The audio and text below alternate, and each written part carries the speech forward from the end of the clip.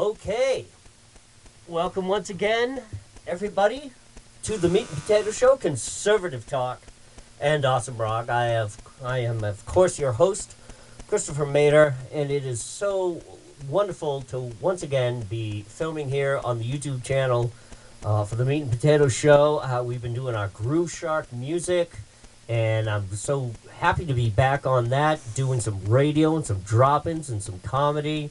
I want to welcome a guest who's going to be on in a couple of minutes here that I've met because I've been able to have the great opportunity to speak through Skype and Northern Lights Radio to Matt Vergan, Bruce Vesper, and Nick Larson. These guys have welcomed me onto their shows. And, of course, Nick has been on the Meat and Potato Show. We spoke on Skype, and I did some filming here for the Meat and Potato Show on that. What is amazing about everything that's going on here is that about a year, quite literally, I want to say I'm celebrating my 1 year anniversary. I'm not really celebrating quote unquote a 1 year anniversary because Meat and Potatoes has been on air basically since 2008 in various forms. At WCUW for a long time. We introduced the candidate interview series in 2010 and interviewed dozens. I think it's like over 175 candidates across the nationwide. This is why the moniker is Meat and Potatoes is nationwide. And then, of course, everybody that I've met along the way, interviewing on the show, bringing them in, various activists, authors. We've got some others coming on in the next couple of weeks on the Meat and Potato Show. Those dates are going to be announced soon. It's all on the Facebook page anyway, so just go there. And the blog site, everything. But I say it's a 1 year anniversary because around this time last year, the Meat and Potato Show was pretty much dead in the water. It really was. In 2012, I got fired from the radio station at WCUW, and many people thought, and I myself, thought that was pretty much it. But lo and behold, I was able to... let Matt's calling in here. Hang on, Matt. I'm in the middle of my opening here, so hang on. So, anyway... I got fired from the radio station, and quite literally, like a couple of weeks later, I'm standing up on stage speaking to about 2,000 people live at our Tea Party rally in Worcester, Massachusetts. And I came to realize right then and there that the Meat and Potato Show is not only not dead, but it's alive and well. And by hook and crook and some hard work and getting hold of some cameras and some equipment and getting things back online, quite literally this time, pretty much plus or minus November last year, I was able to put up my first interview on the video, on video on the YouTube page, which my son Kenneth helped set up. I did not set up the Meat and Potatoes YouTube page. My son set that up. I just run it. I just do everything. My son did all that. So all kudos to him. But I quite literally had my crappy cell phone camera, and I didn't have the money, I didn't have anything, and I said, but you know what, I got these guests coming on the show, we got to get it going. And so I quite literally plopped my cell phone camera, and my good friend Matt Vergan, he's one of those people that came on early in this year, and the footage is grainy, but the interview was great. That's all I cared about. I had these people, it was captured on. But anyway... long story short, as time went on throughout this year, we gained better cameras, more cameras. I just picked up another one. We're on Skype. I've got a full sound system. I've been on Patriot Games Radio with my good friend Stephanie Davis here in Massachusetts. Matt Vergan's invited me to his show. Bruce Vesper's invited me to the show. I've been on Rick's show, BK Network. That's what I want to say. I've been on BK Network. It's just been an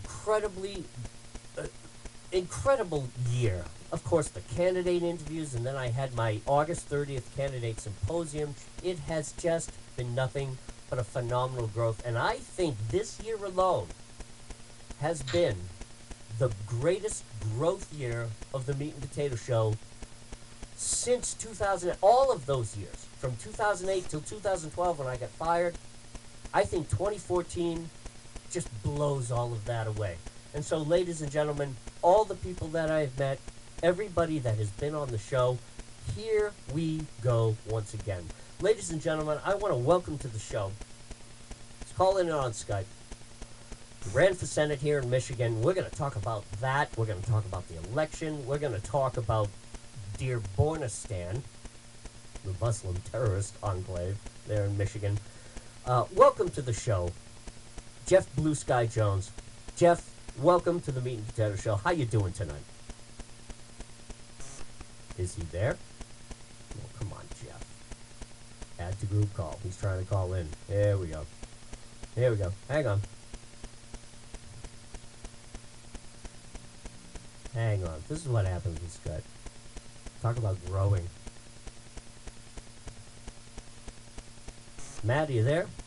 Yeah, I'm still here. Yeah. What happened to Jeff? I called him I back. have no idea. It booted me before too. Well, it's dialing. Well, anyway, let's talk to you, Matt. So, everything that's been going on, I mean, the elections were great. Talk about a sweep that went on here in the United States. It was amazing, and it was fantastic to be a part of it. You know, a few of my friends got into Congress and Senate, and then lo and behold, a big shocker the other day, one of my friends became governor of Arizona. So really, I've been talking. Uh-oh. God, come on. We're failing here. We're trying to get things going here. Resume call. You there? I'm here. All right. Matt, are you there? Matt's not there. So we got to get Matt back in here. So, Jeff, you're still there. So, I'm Jeff, here. I gave you a great intro. I'm not sure if you heard it. I didn't. I was cut off. I apologize. Yeah, no, that's fine. This is what happens when we do live radio and Skype. So anyway, let me reintroduce you. Jeff Blue Sky Jones, ran for Senate there in Michigan. Thanks for coming on to the show. Thank you for being here, sir. Well, thank you for having me. It's a delight. Great opportunity to talk truth anytime. Always open to it. So talk about your campaign. And we're going to get into some of the family stuff that we talked before on Bruce Vesper's show with the Parenting Revolution. And but I want to talk because I do a lot of interaction with candidates, and even after the election, I like to always do a follow-up. And I apologize for not reaching out to you during the season. I had dozens of people calling into the show from across the country. You can't get everybody on. You know what I'm saying. Oh, no problem. Yeah, exactly. So talk about this. How did things go? And talk about your numbers. That's what I want to hear is how did things shake out once election night was over? Go ahead. Take over the microphone. Yeah. Again, it was certainly an experience. Being a write-in candidate, has its obstacles and its hindrances. And I made this pledge on November 5th to never be a write-in candidate again. I'll make sure I do whatever I have to do to validate to be on the ballot. But that being said, the early word is that I received 2% of the vote as a write-in candidate, and in Michigan, that was a little bit better than almost 40,000 people. So I think that we did fairly well, considering that the Green Party had less than 1% who was on the ballot. The U.S. Taxpayer Party had 1% that was on the ballot, and the Libertarian Party had roughly 2% that was on the ballot. So, with it being a very close race between the Democrats and Republicans, again, we will focus for 2018, getting on the ballot and reviewing those options. I would love to remain an independent, but I'd certainly be open to other possibilities. So who ended up winning your Senate seat? Who ended up coming up on top? Gary Peters ended up winning the race. Right. Very, very disappointing that a man that believes that to resolve the mistakes, flaws, and inconveniences of your life, it's okay to kill 9-month-old babies. So I had actually on Wednesday I posted, I don't know what's the biggest fear for America today. ISIS or a million people in Michigan Right. voting for a guy that believes that kind of idiocy. Well, as I've said, we've gained a lot of wins here, but it doesn't change the fact that there's still that ideology that's going on out there in America. There's still that air and wind. I'm going to call it a wind and fire of socialism that's taking over the country. But given, and you've seen the numbers out there, I think there's ladies and gentlemen, there's 50 states. Each state has 2 houses. That means 100 houses throughout the country. We now, Republicans, control 67 of those 100 houses. So there's a sweep, there's a change that's going on, and I think Republican governorships, correct me if I'm wrong, if somebody has these exact numbers, please Skype them in or throw them on the Facebook page. But last count I had was 38 states in the United States are now Republican controlled. So, Jeff, do you think we're seeing what I said the other night to my good guest Bill LeBeau, who also ran and worked in campaigns here in Massachusetts? I'm calling it a peeling back. We're starting. It's time to undo the layers. Are you starting to see maybe that peeling back that's going on? Well, certainly, I think there's still dust, settling, and I guess I want to make sure that that I understand your question completely. That I think Americans as a whole, are realizing that there was a sway that is so minimal in of influence, but way overrated in power, and certainly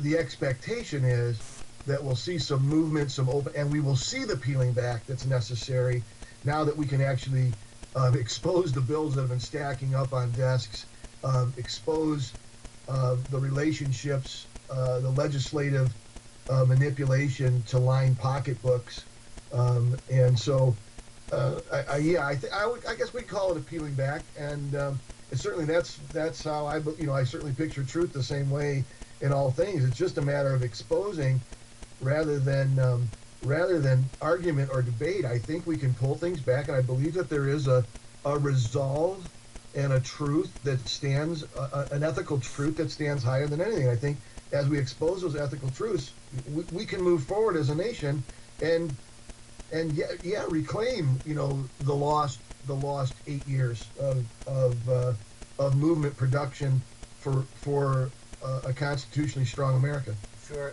In fact, to supplement what you just said, we've heard the stories throughout this entire depression that we've been going through here that businesses and corporations are locking up money and holding on to money, and the onerous was put on the businesses as, oh, why aren't you doing this? Why aren't you putting that money out? Why aren't you doing this? But then at the same time, we would see taxation and legislation and more rules and regulations, and it was like, hello, are you unglued? Don't you see why they're doing this? They don't want to release all this money and promote this economy because they're going to have to pay. Everyone's going to have to pay, and it's really not going to put money back into Americans' pockets or employ people. It's just going to go to paying for these new taxations and regulations. But now, with the hope that maybe we can start seeing some relief in that area, there have already been some various reports throughout the web and throughout the news that businesses are quite literally getting ready to gear up. They're getting ready to launch. They're just waiting for our politicians to make that decision. And what a revealing thing that is, that it's a repudiation of socialism, that we've lived over the past 6 years under this idea that, well, government knows best and we're here to take care of everything. And yet everybody else in America saw the reality. Businesses saw the reality. They locked up their money. Yet here we are now at the cusp, and businesses are just waiting. They're chomping at the bit. We could possibly see we could possibly see an incredible revitalization in our economy. And I want to hear your opinions on that, sir. Well, definitely, it's what has to happen. Certainly, capitalism, free enterprise, has been squelched, seriously for 8 years here, and 6 years, however you want to put it. Sure. But it's been a time frame that has been so counterproductive, so destructive, towards an esprit de corps and a symbiont and environment that would, that will breed prosperity. And I think everybody involved, has seen the full turnaround. I think, big business that was kind of quiet about national health care, finally spoke up when they came to the realization of what was happening. And then even, even the unions as a whole, are now realizing, I think, somewhat of the nightmare that, that's been created, and something has to happen. So the money that's being held back, I don't want to say is a movement of fear, but it's a stability, knowing this, that times are still unresolved, and even the Federal Reserve, it doesn't make any sense. It doesn't make any sense that banks are paying 0.8% interest rate, but if you want a loan, you're still looking at 12 to 28%. Right. No debt. So it doesn't make sense. It's completely economically unsound, and outside of, I believe, the money is being, it's just being channeled. There's a very unique niche market in, and we knew this was coming, 5 years ago, that variable rate interest on credit card debt is where the money's at right now, and many people are waking up and finding themselves, paying 25, 26, 27, 28% interest, on their $5,000 debt. They're still, their monthly payments haven't changed, but they will manage that debt for the next 30 years. That's incredible. And yeah, with something like 17 trillion, just the entire national debt. We look at the trillions of dollars in unfunded liabilities, and I had read a report some time ago that when you take our national debt, the unfunded liabilities, personal debt, and worldwide debt, and I don't know who the hell we owe this debt to, if it's an entire worldwide debt, but the bottom line when I was reading in this report, I think it was a GAO report. This was a few years ago, that there isn't enough mineral, timber, oil, coal, gas, copper, steel, gold, wealth buried in the planet Earth to even begin to pay this off. It's It's staggeringly unbelievable. I mean, we would have to go to another planet and mine whatever they have in gold, copper, whatever they have there, to even begin to meet that gross domestic product, to even match what is going on here in the world debt. And we know about debt. We know that countries get into debt. They have a war. They have a problem. Something happens, an economic depression. Every nation has gone through this. Every nation does this. We've done it several times before.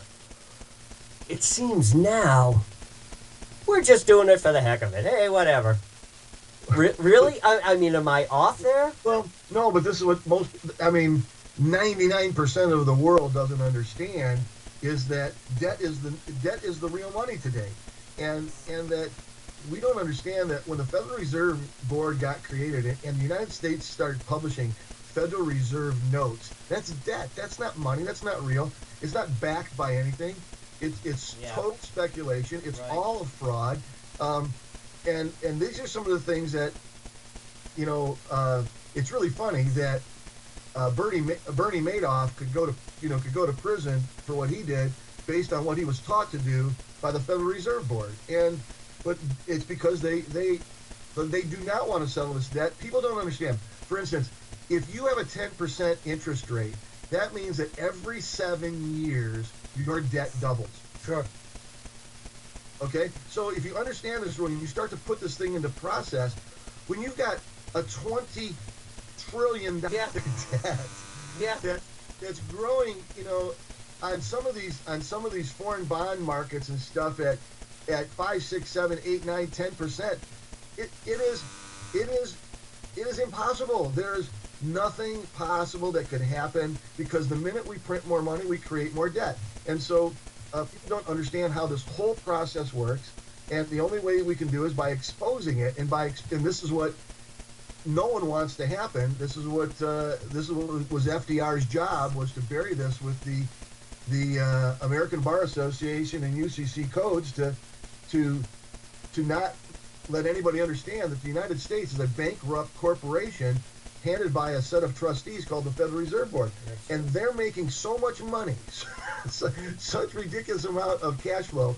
And if Wall Street got exposed in the process, and all the other people that they bought out and paid for and covered up and hushed and who knows what else, other kind of dust flew through the process, debt is the only money that exists today, and it's so ridiculously growing, it's unstoppable. It is literally a snowball downhill. It seems like the United States has become, quite literally, an offshore bank account for some offshore bank account. It really is.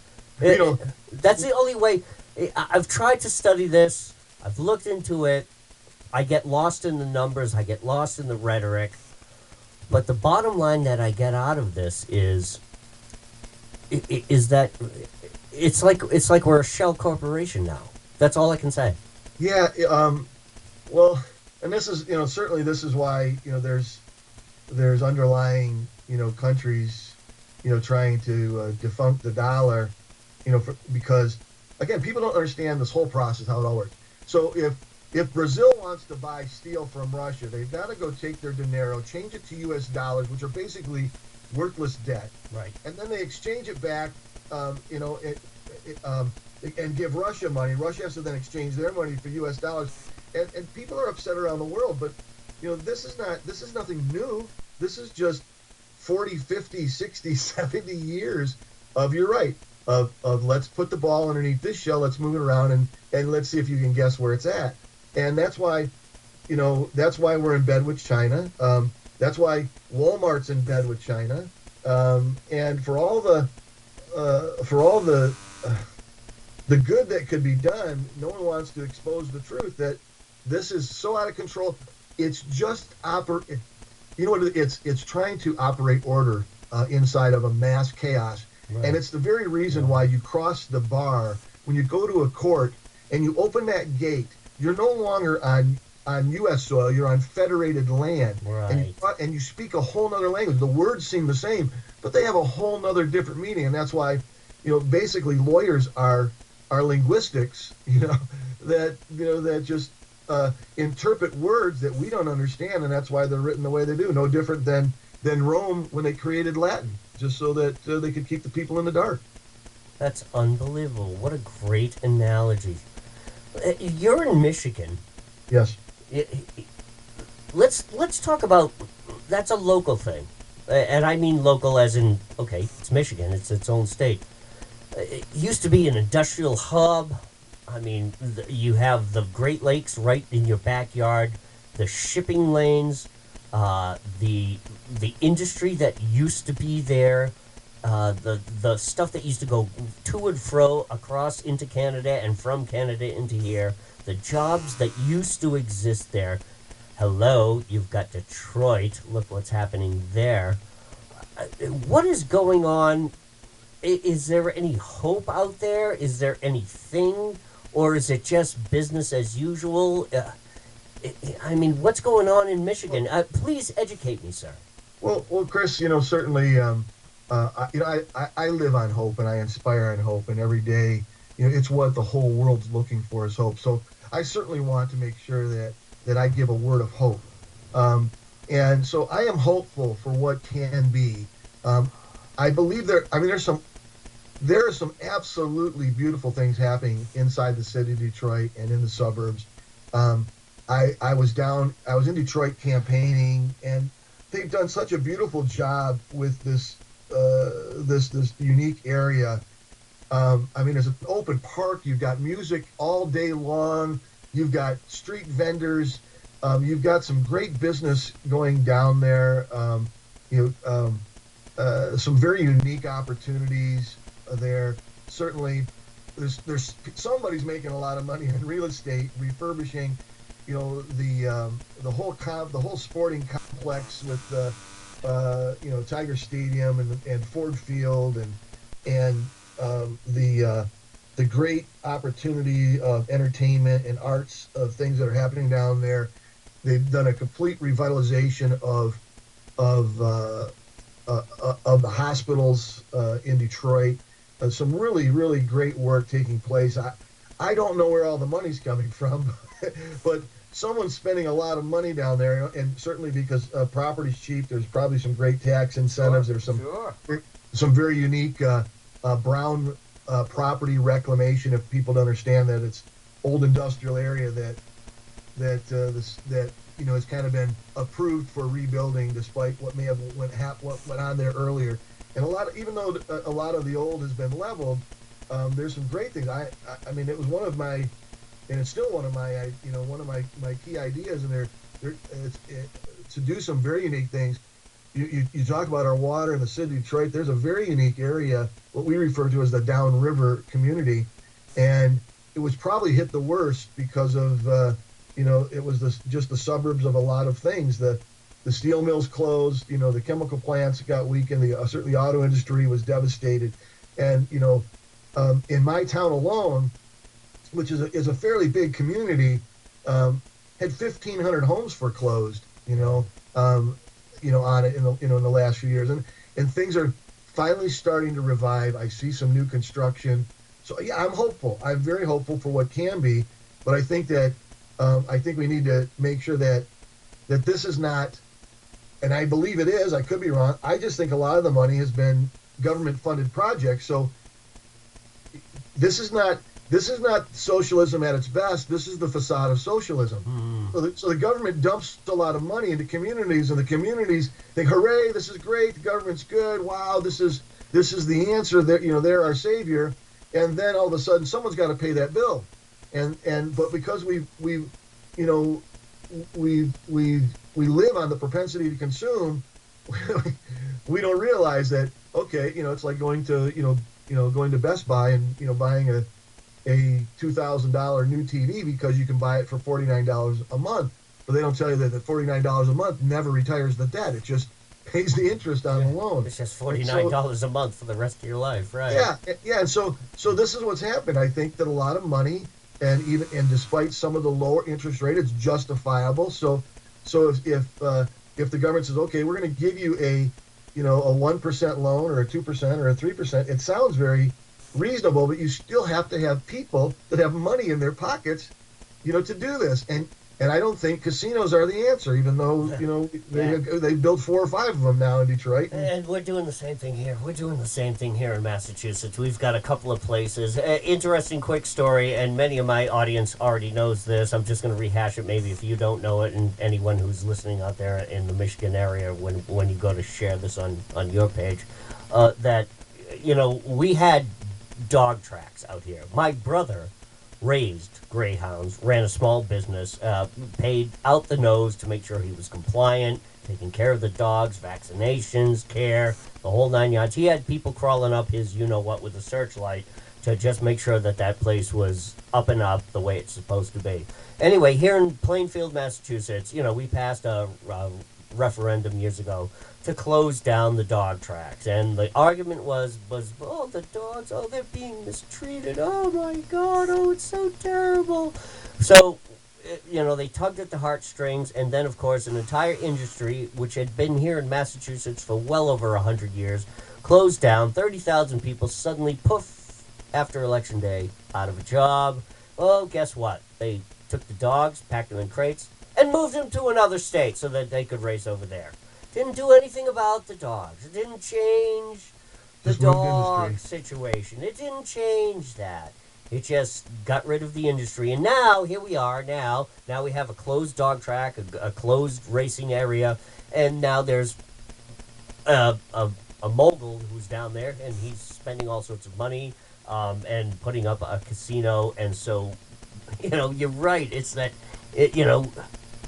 there was an industry. There was a business here. had been here for 100 years, and not only did it employ thousands of people, it employed the community because people went down there every week to go bet on the dogs and go down there. It was something that had been around in Massachusetts for a very, very long time. And stores, shops, hotels, everything had sprung up around it. And now the area is basically a ghost town. And then suddenly, poof, out of nowhere, this person shows up and says, oh, I'm going to bring it to save the I'm going to save the area. I'm going to revitalize it. First of all, idiot, it was already vitalized when we had the dog tracks. Everyone was doing just fine. Right. You know what I'm saying? But in your situation, at least it sounds like there's a little bit going on, and this is one of the great things about American industry is even in ashes, somebody sifts through them and says, oh, wait, look, I found this. I'm going to build something on this. And it always happens. It's always supposed to happen. I'm just grateful that it is happening. I completely concur with what you said about, oh, is it government money and eventually that bill has to be paid? I hope I'm sure it's part of what's going on there. I hope it's not a huge part of what's going on there. But it's part of the layers, Chris, because it's going to be, there's federal money, there's state money, there's city tax incentive. And there's crazy things going on, where, the city, I don't know how the city could leave the water running in buildings for so long and not have anybody pay their bill for 3-4 years and then turn to the suburbs because the water comes this way and triple the rates or double the rates to the suburbs so that we can pay for the water bills that never got paid in the city. This just, again, is the exposure that socialism doesn't work. So that someone has to be responsible, someone has to be accountable, somebody has to have a vision, and the vision can't be Washington. That is the most lame vision that anybody could have. It's total blindness to look to Washington that they're going to bring the result. But again, because everybody's been doing wrong things for so long, whether it's the lobbyists that eventually come back and say, okay, well, let's just talk about where this money came from, what got done or what didn't get done. So they're holding the ace in one pocket, and then the government on the other side of it says, well, we used your money to do this, this, and this, and so they've got their ace, and eventually someone's going to have to show their cards. Sure, right. Bill's got to get paid.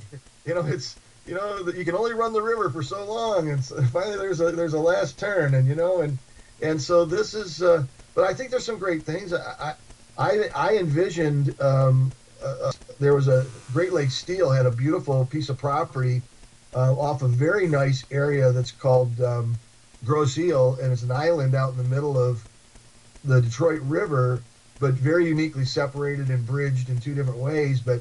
On the mainland of Michigan is this massive industrial plant that I had envisioned for a long time of turning into some sort of 12-month sporting arena that you could have.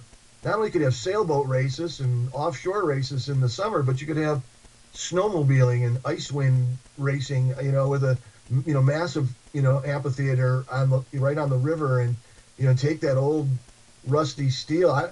Actually maybe even preserve it somehow so that it could be a historical landmark for the area, and then integrate shopping and other sports, and there just seems to be there's so many things that could be done. And we had large retail market centers that are closed up, and but they could be great spheres or centers of influence if just take that massive space and work out a program to sublease them to all the contractors, and all the contractors could come into a local area and have a year-round, sort of trade show, home garden show on they could run their business out of it. People could come in, they could see the siding, the window, the landscaper, the home interior guy, whatever, and take those giant places, and instead of just sitting there, they've sat there for years empty, and and then the next thing you know, someone's got to pay a couple $2 million to level them.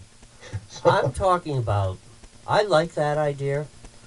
The one caveat to that I would throw on there is that we seem to. I've seen it here in Massachusetts, and I'm sure you see it there in Michigan too. It's that we always rebuild these areas, and you just said the magic word. They become shopping areas. They become malls. They become shopping places. And we say, oh, it's a great economic opportunity. One of the things I have always said on my show, with all the interviews I've done, with the candidates especially, is where's the industry? Where's the person who says, hey, I invented this thing. I need a building. I need a building. I need a cheap building so I can get 50 people in and we can start making this thing, and we need cheap tax. I mean, we need everything that you guys are on, the tax incentives, the tax forgiveness, everything else. Just, we're going to open up this old building. We'll pay the cost for cleaning it up. Just give us those. But I have a new idea. I have a new invention. I want to build it here. That's what I'm talking about. Where are those people that are coming to Detroit and to some of the other cities there? I had two projects that I had just outlined, and certainly needs a lot of work to develop it. One I called the Perm Point Project, PERM, Perm Point Project. The other one I called Restructured, and they're acrostics. And the Perm Point Project was taking a prisoner reentry and rehabilitation program, along with education is the E. The R is just rehabilitation for substance abuse, seniors, SSI people, and the M is for defusing or integrating military back in, creating profit opportunities that integrate this needful training. So all this business that we lost overseas in the auto industry, why does someone have to call customer service and speak to somebody in Mumbai? Why couldn't we make it part of a training program for 15, 16, and 17-year-olds in our public high schools to create, so we let private industries come in, set up a call center inside the high school, pay them money and pay the school money for the facilities, but base it on a per piece price so that we can compete with foreign the foreign trade or the foreign what a great labor. Idea. That is unbelievable. Yeah, so take this with now why don't we do it with prisoners? So here's a prisoner reentry program, or let's offset our prison expenses, and some of that business could be done right on site in some of these prisons where so let the business come in and build a massive pole barn. You got to earn rights to work there. Obviously, we're not going to give them box cutters and right, exactly. But whatever, I'm sure they could package, and so all this business that we lost overseas to, we'll say, slave labor, well, why don't we just make it a per piece price performance and base it on the same statistical numbers? So yeah, you might not get the hourly wage, but you're going to get a desire and appetite to compete. So now we take all that business that we lost to China, the slave labor, or India, or some of the other countries, and let alone Mexico and Canada, and bring them back to Michigan. We take these old industrial plants, we create, some sort of new housing environments for them, and let them redevelop these areas. That's the restructuring program that we could restore effective. Even let those guys that you hire clean the buildings out, take care of the trash, get everything. It gets even better. Let's take those old industrial areas. There's billions of dollars in reclamation. So why don't we just take them and turn them into reclamation facilities and hydroponic centers and green industry places? And I mean, the buildings are there. All we need, just use the space and drop a few lights and plug them in. Give high school vocational training centers. But wait, Jeff. You didn't file application number 625-17, and you didn't cross your T and dot your I. And wait a minute, did you file a DEQE file permit because of this? Oh, and what about the people that are they wearing helmets and safety glasses? You have to provide all that. Do you see where I'm coming from, Jeff? Oh no, it is endless, and these are part of the these certainly are part of the problem. So I drove by. This was hilarious. I was driving by a viaduct that there must have been some sort of a substation. This big concrete building built into the side of the highway, and there's a massive steel door there. No one knows what goes on, but I'm assuming it's access to some sort of sewer, subterranean running of lines and so forth. But some kind of work was going on inside of it. You couldn't see a single employee, but there was about 8 trucks parked around it.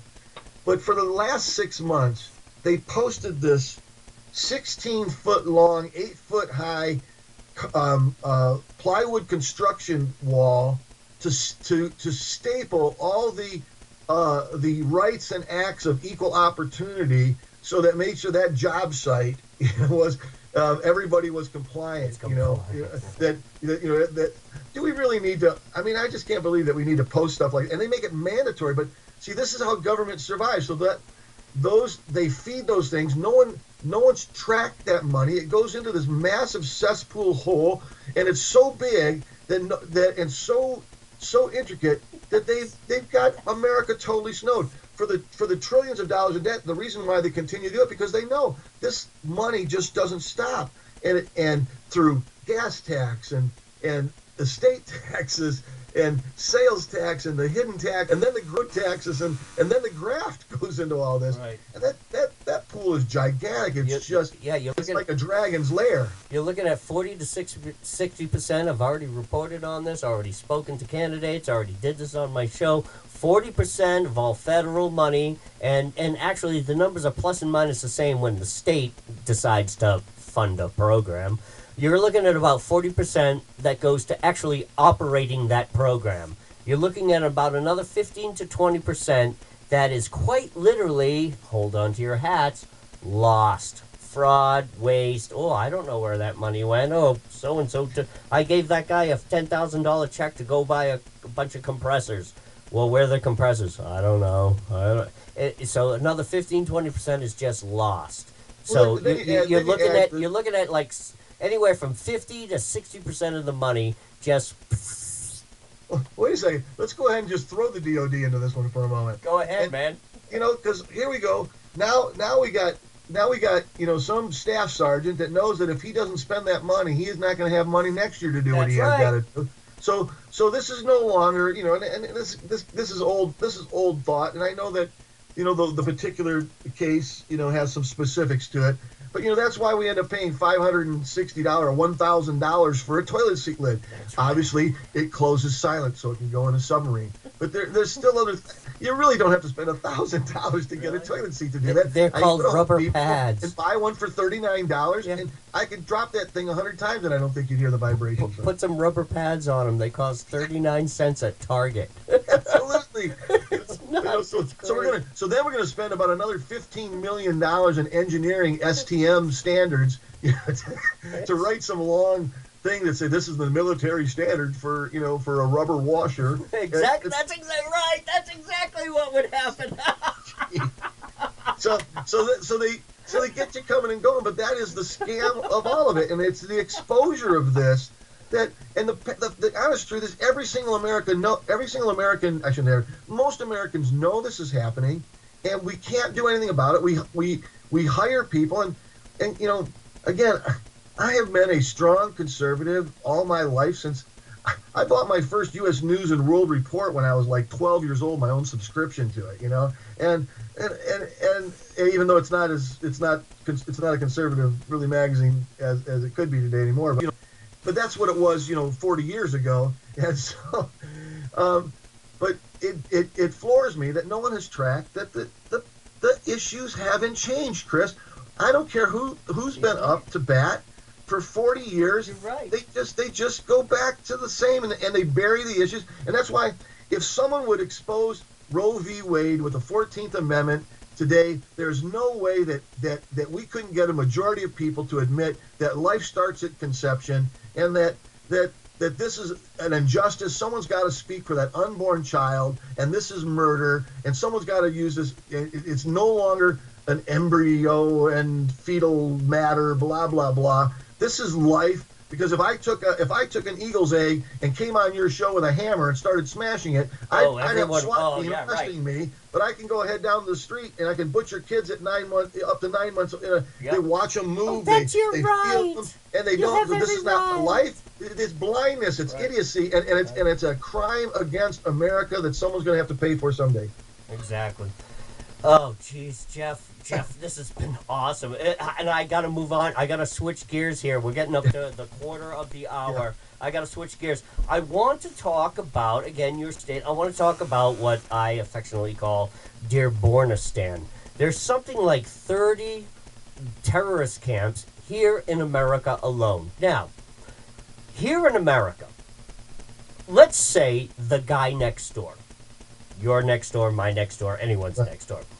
He's growing weed in his basement. He's got hydroponics, and every, bunch of people are showing up to buy weed. And, he's not really, he's not loud. He's not threatening the country. He goes to work every day. He's got wife. He's got kids. He's just growing weed in his basement to try to pay his mortgage. Maybe he lost his job. I don't know. Suddenly, the feds descend, the SWAT comes in, they throw the flashbangs in, they destroy his house, they arrest him, they burn all the plants, they confiscate his house, confiscate his car, confiscate his money, his kids get taken away to Department of Social Services. Yet at the same time, less than a mile away, there's an enclave where everyone knows there's a bunch of Somalis or Afghanis, and they're all living in there, and they're practicing jihad. They even actually have a training camp. They actually do. It's videos on YouTube. And they say, this is what we're doing, and that's what's going on. Where is the SWAT? Oh, wait, no. That would be racially profiling. That would be racist. We don't want to do that. And we want to tell the Muslim community in America that we're here to support you, and that we're on your side, and that you live in a free country and you're able to do that. It sounds like you're chomping at the bit, Jeff. I think you know where I'm going. Take over the microphone. Well, a couple things really quick. I don't remember the name of the movie, and I apologize. I see a lot of things, and there's it's like there's some information because I consume everywhere I look and see. It's hard for me to store some small specifics that are irrelevant, like the name of a movie. But there was a movie I just watched.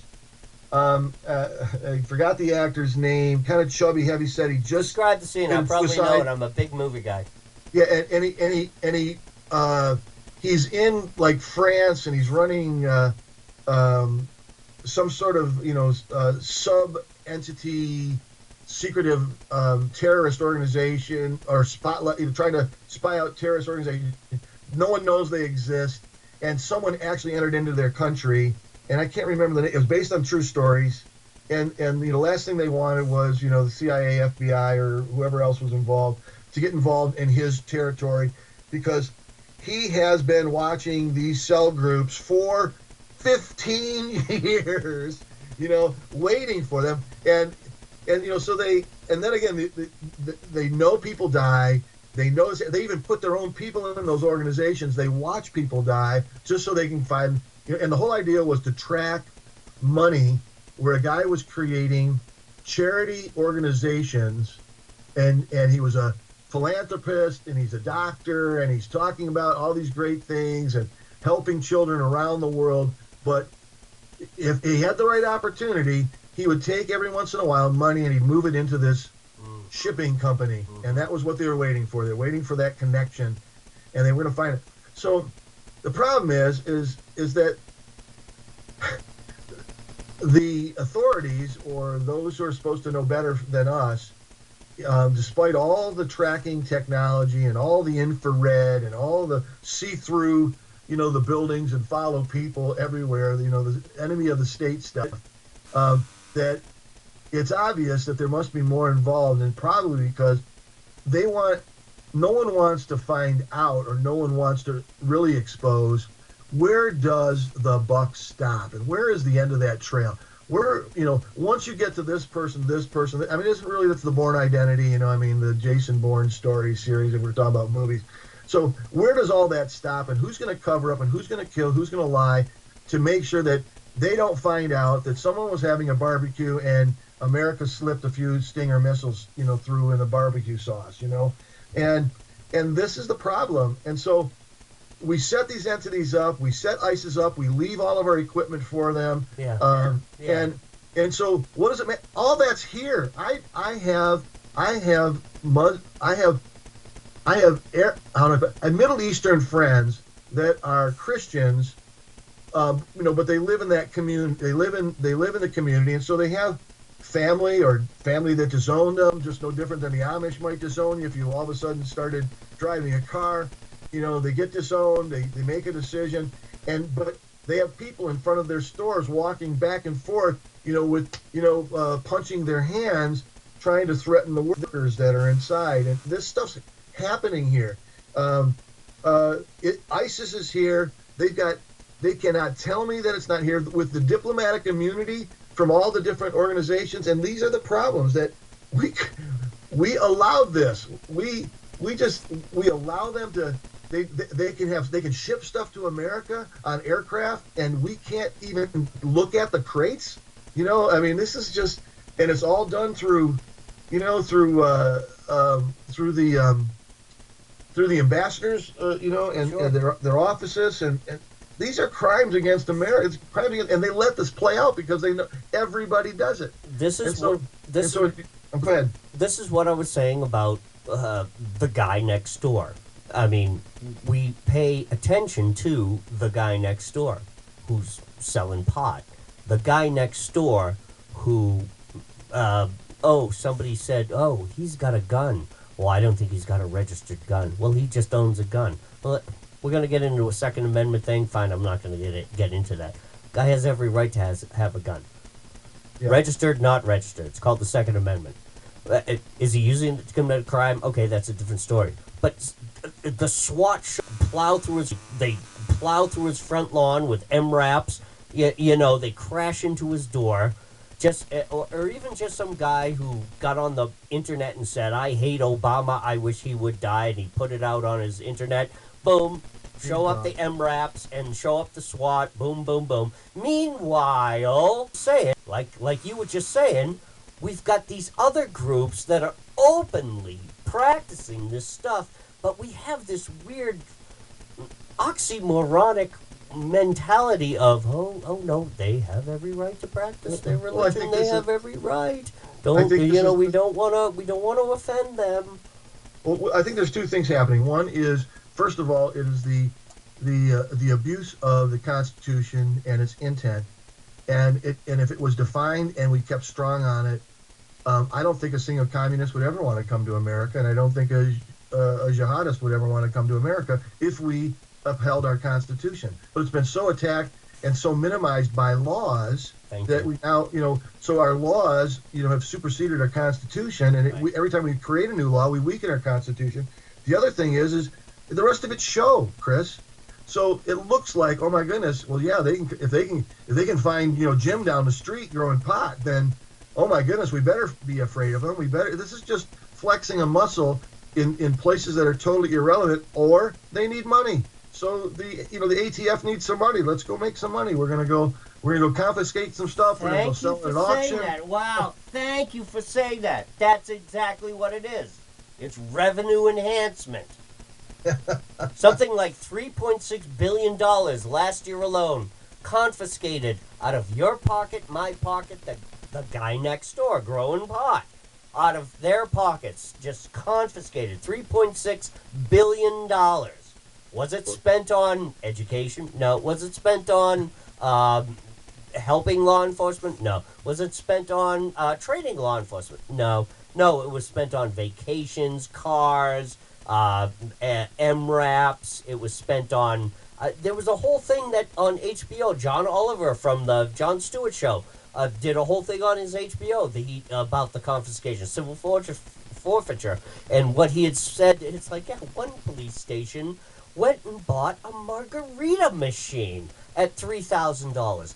The money is not being spent on keeping America safe because we're all about it was America safe. No, it was just spent. That's all it was. I mean, certainly. I think how did Will Smith put it in After Earth? I thought it was a great statement. He said, "Danger is real, fear is an option." And thank you. And so as long as our government and our entities can keep us in fear, then we'll leave danger up to them. And I think that's again, it's the misunderstanding of the role of the Second Amendment. If we understood our Constitution, our Congress should be encouraging, financing, and supporting a militia. I mean, the National Guard's great, but if the National Guard was what they're supposed to do, why don't we take them to Texas, Arizona, New Mexico, and California, and let them run maneuvers over the last 5 miles of our border?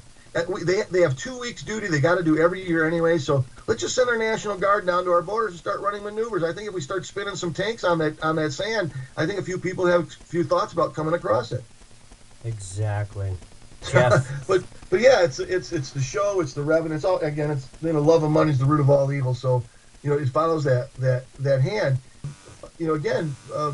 And I don't know what the numbers are in Dearborn. I grew up there, and when I was young, I didn't understand a lot of differences. Now I know the difference between a store that is run by Muslim and a store that is run by Chaldeans.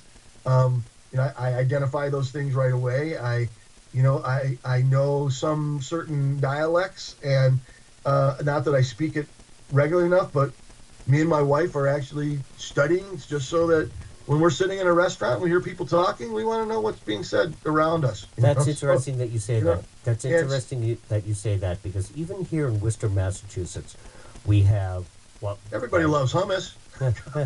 what we have here, what we have here in Worcester, Massachusetts, is what liberals would love to call a diverse society. And listen, I'm an American. I absolutely love that. I've got friends, associates, and acquaintances all across the board. I don't care who they are or where they are or what they are. I go in and solicit their business because of their business. That's why I do it.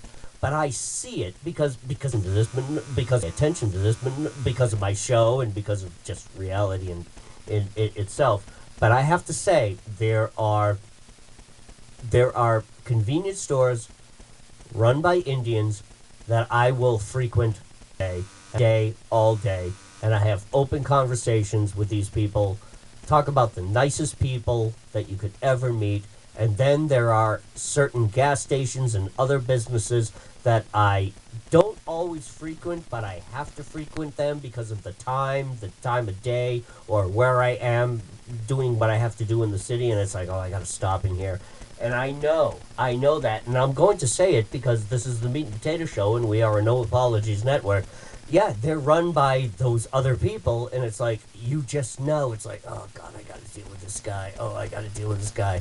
And he does, and it is. It's right there in front of your face. I'm sorry, America. I'm sorry, liberal Democrats. It's there in front of your face. And to sit there and say that you don't see it and say, oh, let's accept them for their diversity. I'm not going to do that. I will accept people for their diversity if I can therefore judge them on the content of their character. Didn't some guy say that once a long time ago? I forget his name. I don't know. Anyway, I'm digressing here. But the point is, it's so true, though, isn't it? Well, this is I'm going to say this before I say anything else. The best I've ever been treated in my entire life was by Muslim strangers. The best I've ever been treated in my entire life. And again, if you really want, to take, I think every American should go out and rent this movie. Hopefully I'm not pitching the wrong way on this, but it's called The Four Feathers. It was a remake. Yes. An unbelievable movie. And here's this guy from the Sudan that stands with this British soldier that kind of defected, so to speak, and goes back to reclaim his position of courage, and goes through horrendous odds, and so does the Sudanese that's with him, and finally the British soldier says, I understand, my country's invaded your country, it's enslaved your people, and I don't understand what is it that you would do this, and the Sudanese man says, because God brought you across my path.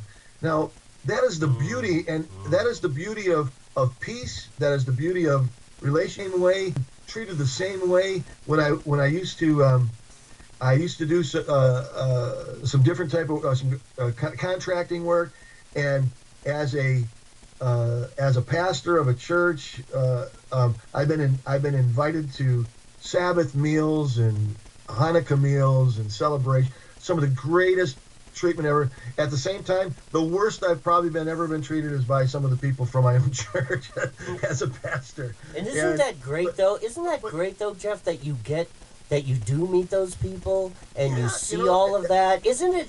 Don't you feel something in your heart and in your soul that it's like, isn't this is what it's supposed to be about? This inclusion of everything and everyone. Isn't this is what God has intended? Well, here we go, Chris. This is where it really comes down to this. And do you think anybody would really be offended, irregardless of your religion or no religion or your influences of any kind, the language you speak, your bloodline? Would anybody really be offended that you taught your child, not to kill somebody? Right. Would anybody really be offended that you taught a child not to steal? Would you really be offended and not to lie and not to bear false witness and not to but if we call those 10 commandments, all of a sudden everybody screams, religious rights and freedom, blah blah blah blah blah blah blah. Right.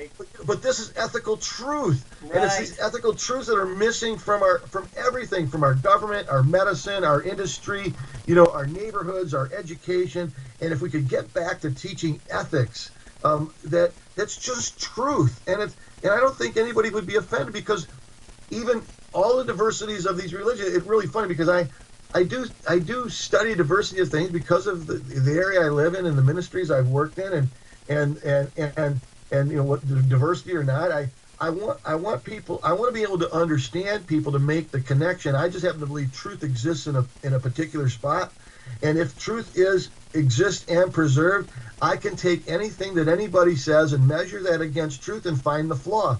So for the things that, it's remarkable, the things that are in common, but it's like a person that's frightened of a grasshopper. It's ugly, it's different, it jumps on your skin, it feels weird. So you grab it, you squitch it, you stomp on it, and you feel better, and you maybe even put your arms up in the air and chest mouths and shout at a giant hoorah because you just smashed a grasshopper. But it's the fear of the unknown, and it's the resolve of truth that settles all things. We get our hope, get our peace. It's where we get our hope. It's the exposure of truth, the peeling back, as you started to say at the beginning of this interview. If we would peel back to a purer truth rather than argue its resource, let's resolve things in truth. And I just think that, oh my goodness, what happens when we all of a sudden we go to Washington, or Washington comes to our neighborhood, and they gobbledygook this stuff up so bad that because they love Machiavellian philosophy, they create their own enemy, they can control it. So that's what they want. It still comes back down to power, greed, and those resolves. And until we address those issues, and if Christians would be what they're supposed to be in their beliefs, in a faith and not a religion, we wouldn't have half the problems that we do have, or the billions of dollars spent on idiocy, because we actually practiced what we believed. And so when people come against us that don't think like we do, I try to teach people all the time, that's your opportunity to practice your faith. So don't get all up in a bunch, just practice your faith. And my goodness, that is a great resolve. Thank you. Jeff Blue Sky Jones. I should be correct in my...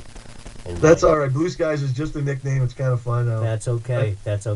Actually, we were talking about religion, and I got to end it here, but, you want to talk about religion. You might actually want to, consult some Native Americans and say, why did I come up with that name? Why did I come up with that? Actually, some sachem or somebody somewhere talk about, accepting all faiths and all religions as truths. You might want to talk to somebody, and they might actually have some answers for you, because I've been down that road. I have family members, and my father-in-law is heavily invested down there in the Hopi Reservation. And Jeff Jones, thank you so much for calling into the show. This is what I do here, Jeff. These great conversations, these Have you noticed that there's no callers, there's no interruptions, there's no commercials? It's just as is, and this is what I do. And this interview is going to go nationwide over social media. It's going to go there, so it's going to go everywhere. So hundreds of thousands of people are going to hear your message, and I want to thank you so much for calling into the show, sir. Thanks, Chris. It's been great. Appreciate the opportunity. Been a great piece of meat. Great potatoes on the side. All right. Thank you. We'll be talking again, brother. All right? Okay, man. All right, later, Tater. Take care.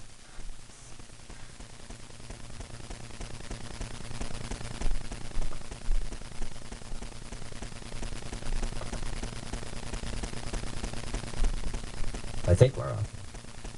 Close him. There we go.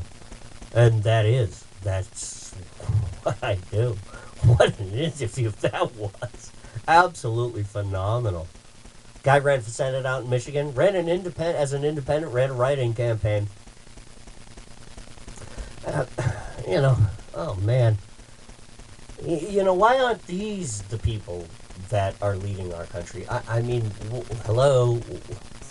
The answers are there. These people have the answers. You just heard everything he was talking about.